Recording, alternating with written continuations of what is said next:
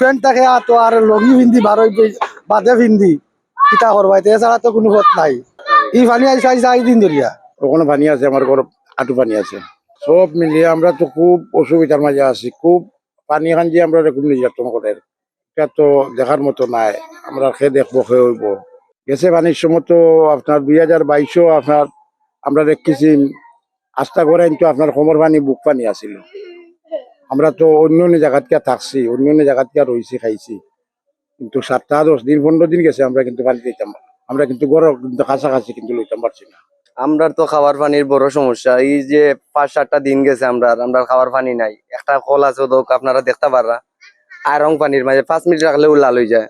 কিন্তু মানুষে পানি না পাওয়ার পরে এই পানিটা খাইতে হয়, কারণ সুরমা নদীর পানি তো খাওয়া সম্ভব নয়। পানিটার অবস্থা একবারে খারাপ।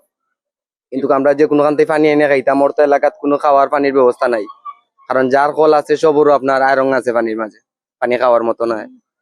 কত নম্বর ওয়ার্ড আপনার? এটা 38 নম্বর ওয়ার্ড, হায়দরপুর। আজ পুরো 1 সপ্তাহ হয়ে গেছে পানি আনা ভাই। আমাদের এলাকা সিলেট সিটি কর্পোরেশনের 39 নম্বর ওয়ার্ড। সুরমা নদীর তীরেই আমাদের বাড়ি।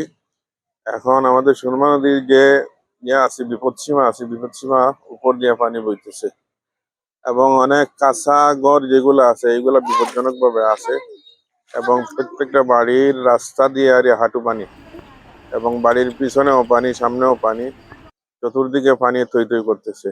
পানি বন্দি তো হায়দরপুর আপনার প্রায় 500-র খান্দা কাছে ঘর আছে, সবাই পানি বন্দি। পানি তো সারা লোড আছে হায়দরপুরের ভিতরে।